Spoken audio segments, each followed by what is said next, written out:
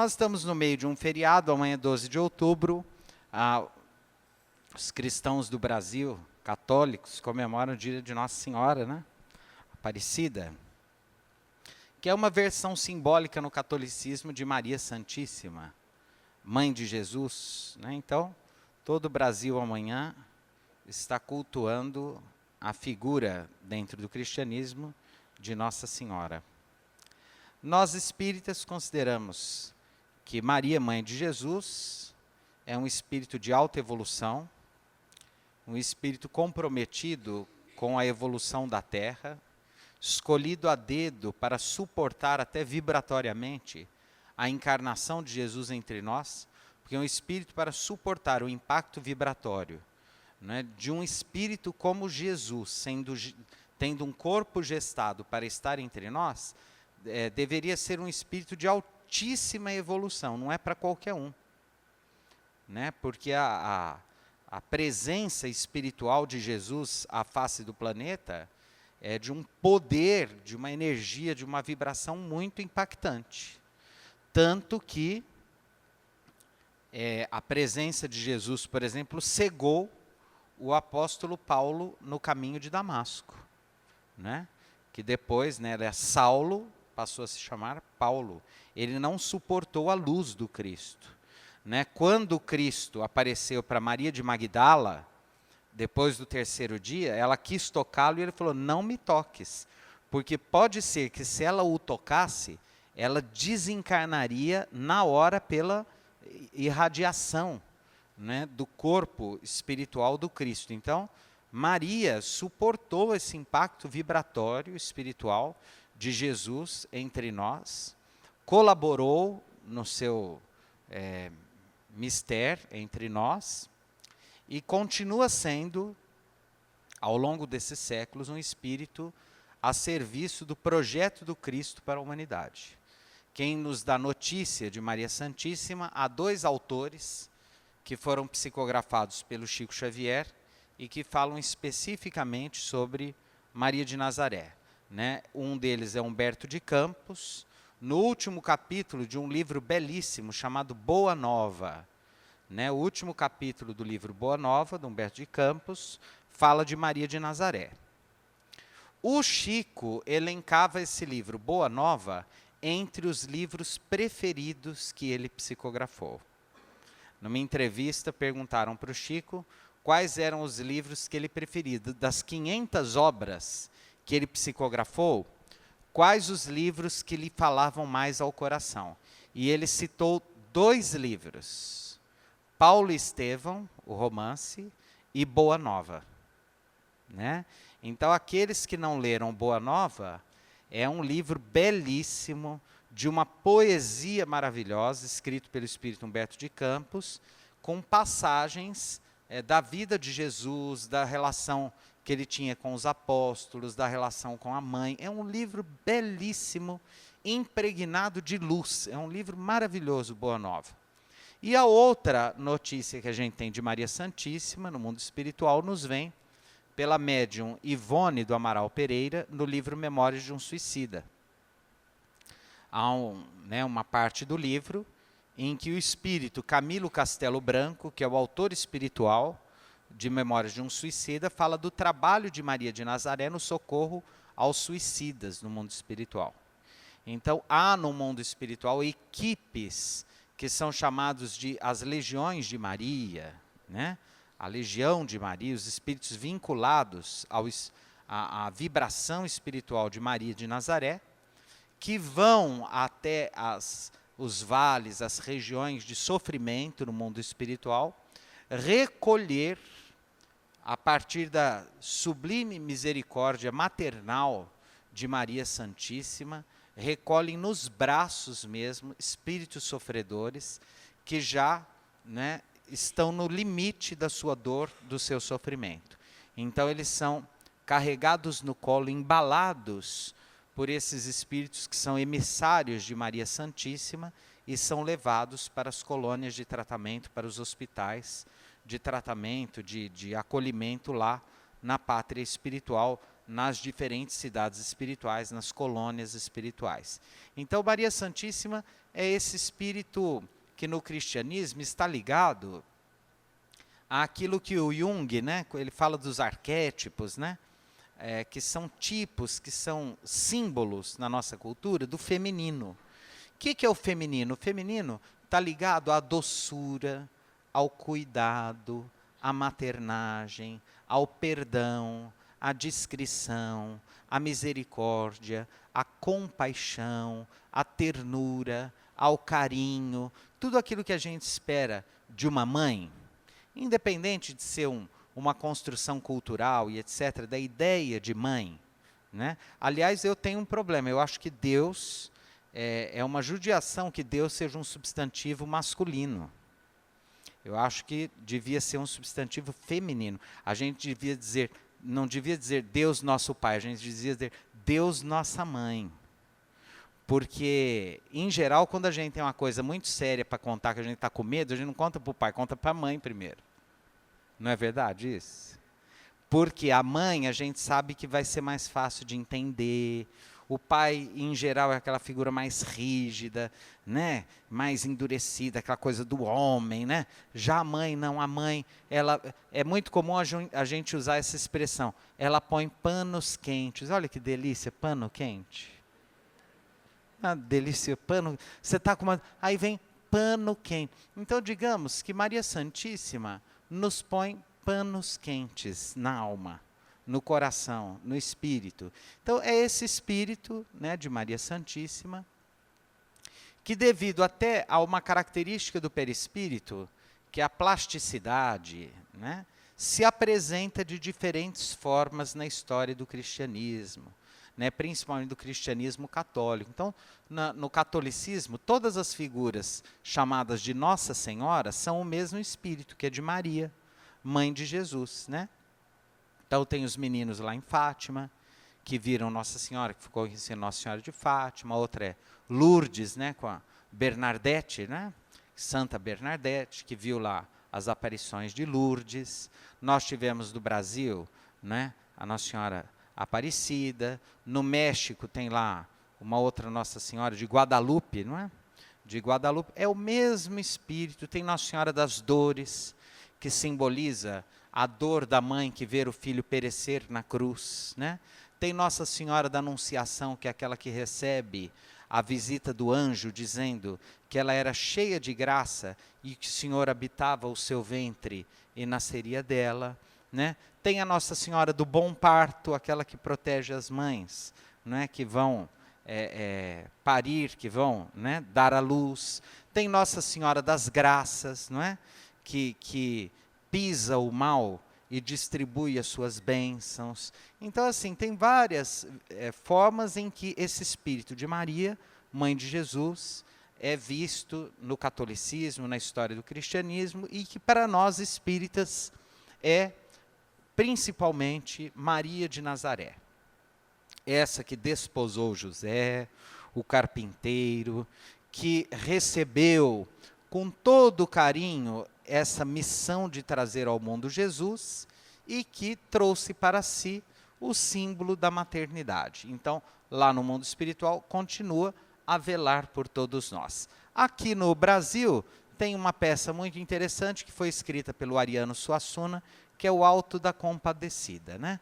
E uma das figuras principais é Nossa Senhora, que vai interceder pela personagem Chicó no dia lá do juízo, né? E é muito interessante porque de verdade ela intercede mesmo, né? Ela está na tradição cristã como aquela que vai tentar amenizar um pouco os nossos débitos, é aquela que vai agir muito mais com a misericórdia do que com a justiça, né? É muito comum, é interessante isso. Mãe tem, em geral, não é todo mundo não, tem mães que não são assim, mas em geral, a mãe desenvolve um carinho, um amor tamanho pelos filhos, que dificilmente a mãe vê defeitos, né? Dificilmente uma mãe fala assim, ai, mas é tão feinho meu filho. Não. O mundo acha feio, mas o filho dela é lindo, é um príncipe. O bicho é desgraçado de feio. A mãe olha e acha lindo, que beleza. Ninguém acha graça. A mãe, ai, não é engraçadinho, ninguém acha graça. Né? O filho é uma topeira, a mãe acha inteligente. Né? O filho fez um monte de porcaria na vida, errou, tal, tá lá preso, tal. Você vai entrevistar a mãe e fala, não, meu filho é bom, foram as más companhias. Ele, coitado, ele... E que bom que tem a mãe. Que maravilha que existe a mãe, que é esse ser a quem a gente pode recorrer sem medo, né? Porque sabe que vai ser sempre amado. Uma vez o Chico Xavier, Chico todo ano visitava, enquanto existia o Carandiru, enquanto ele pôde ir a São Paulo, ele ia no Carandiru. E uma vez perguntaram, Chico, você, a hora que ele terminou a visita no Carandiru, a repórter perguntou, você viu aí muitos obsessores? O ambiente espiritual aí no Carandiru é muito pesado, é muito feio? Ele falou, não, não. O que eu mais vejo quando eu venho aqui são as mães desencarnadas do lado dos filhos tomando conta deles. Porque os espíritos obsessores, os espíritos perturbadores, eles não ficam aqui. A hora que o obsidiado é preso, eles vão obsidiar os outros lá fora, eles não ficam presos. Não tem como encarcerar o espírito no Carandiru. Então, eles aprontam, o sujeito é preso, eles deixam lá o cara preso e vão assediar outros que têm afinidade com eles lá fora. De forma que o ambiente espiritual aqui não é ruim, não. O ambiente é bom. Ruim está lá fora. Ruim está na rua, está no trânsito. Aqui está tudo bem. As mães estão cuidando do ambiente espiritual aqui. Elas vêm cuidar. Então, nós temos, por exemplo, no livro do André Luiz, aquele livro, como é que chama? Que fala do Gregório, como é que é? O Libertação, né? Gregório lá é uma personagem muito, um sacerdote graduado há muitos séculos, ligado a um grupo de padres da igreja, né, que obsidiam pessoas aqui no mundo e etc. Ele muito renitente, muito poderoso, e ele só amolece, ele só se entrega, ele só abre mão dos propósitos dele sob o impacto luminoso do espírito da mãe dele, que dilacera o seu coração, que abre o seu coração e o pega no colo, e aquele espírito endurecido há 300 anos fazendo mal, na presença espiritual da mãe, ele perde a força e se entrega, né, para a mãe, e a mãe o conduz, né, a regiões de tratamento do mundo espiritual. André Luiz também, né, está lá no umbral, a mãe se aproxima dele, mas ele está tão absorvido na dor dele, nos problemas dele, que ele não enxerga a presença da mãe. Assim somos nós também. O tempo todo nós estamos amparados pelos bons espíritos, mas nós não enxergamos, porque não é que nós não enxergamos, não sentimos e não abrimos as possibilidades vibratórias de sermos ajudados, porque estamos distraídos com o mundo. Estamos perdidos, distraídos com a matéria, com o dia a dia, com o cotidiano, com as nossas mesquinharias, com as coisinhas pequenas do dia a dia, e às vezes os espíritos de alta envergadura estão ali presentes, nos sugerindo coisas, mas o nosso pensamento está tão absorvido com coisa que não tem importância, com sentimentos mais baratos, que a gente não dá oportunidade para os benfeitores espirituais poderem nos ajudar.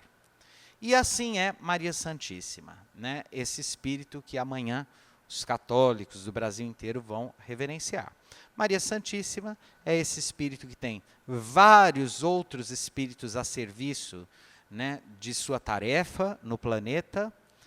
Muitos deles, inclusive, assumem a forma de Maria, de Nossa Senhora, na ajuda, no auxílio às criaturas que desencarnam. Tem muita gente que desencarna e é recebido por Maria Santíssima. Não é que é recebido por Maria Santíssima. O espírito protetor assume aquela forma para, né, ter mais acesso àquele espírito desencarnante que tem condições espirituais e merecimento para ser recebido no mundo espiritual por Maria Santíssima. Quer dizer, por uma Maria Santíssima, assim, cover.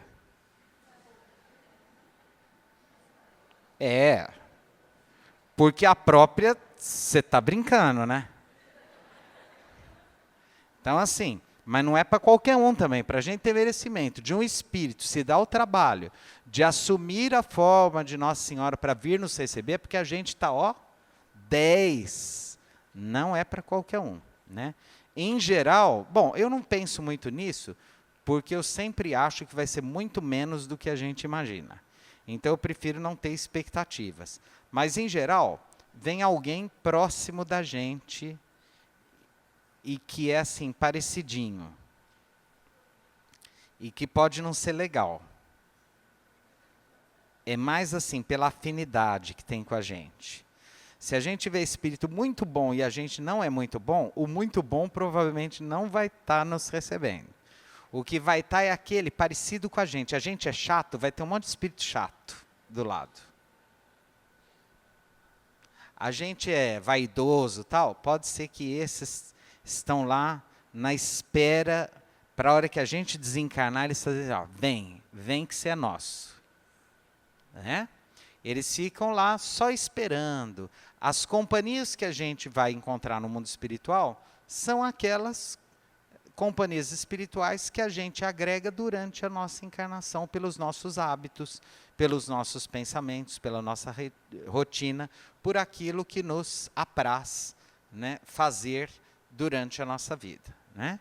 Então, são esses que vão nos receber, é com esse que nós vamos nos encontrar lá no mundo espiritual. Isso vem ao encontro do final desse texto, que nós estamos finalizando hoje, que trabalhamos vários domingos, né, sobre a lei de liberdade. Eu vou pedir licença para ler o finalzinho aqui, o último parágrafo, em que se diz assim: os espíritos são livres para atender, né, sugestões de espíritos bons ou de espíritos ruins.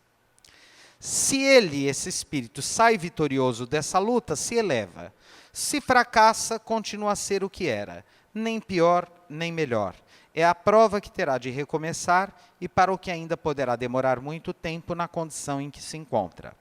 Quanto mais ele se depura, mais diminuem as suas fraquezas e menos acessível se torna aos que solicitam para o mal. Sua força moral cresce na razão de sua elevação, e os maus espíritos se distanciam dele.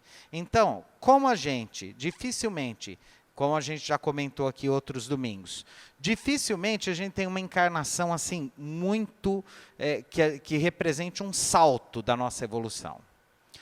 Às vezes acontece da gente dar um salto evolutivo muito grande, como aquele de Paulo de Tarso, como esses grandes espíritos que dão assim testemunhos históricos de trabalho, etc. Em geral, essas reencarnações que significam um salto evolutivo são muito dolorosas, são muito difíceis, nem sempre a gente dá conta. No geral, a gente encarna, reencarna, desencarna. Séculos e séculos e séculos, milênios e milênios, para evoluir uma coisiquinha assim. É muito lento. Se a gente procurar um benfeitor espiritual e falar, eu quero dar um salto aí na minha evolução, ele vai olhar bem para a gente e falar assim, tem certeza? Por quê? Porque vai vir chumbo grosso. E nem sempre a gente está preparado. Então a gente vai escolhendo essas reencarnações, mais água com açúcar, assim, igual essa nossa, assim, que a gente vai, cresce um pouquinho, reencarna, aquele mesmo ramerrão, aquela coisa que não ata nem desata, aquela coiseira mesmo, certo? Aí a gente vai para o último capítulo. todos... isso é fantástico. Leiam esse parágrafo em casa, se vocês tiverem condição. É o último parágrafo desse texto que a gente está estudando aqui, desde o começo do ano, acho que desde o ano passado. Ele diz assim, olha que beleza. Todos os espíritos mais ou menos bons, ou seja, nós, mais ou menos bons. É nós, não é? Tem alguém bom aqui? Tem alguém ruim? Também não. A gente é ruim e bom. Não é isso? Tem dia que a gente é capaz de coisas maravilhosas, tem dias que a gente faz coisa que morre de vergonha de ter feito. É nós. Quando encarnados, nós de novo. Espírito mais ou menos bom, quando encarnado, nós.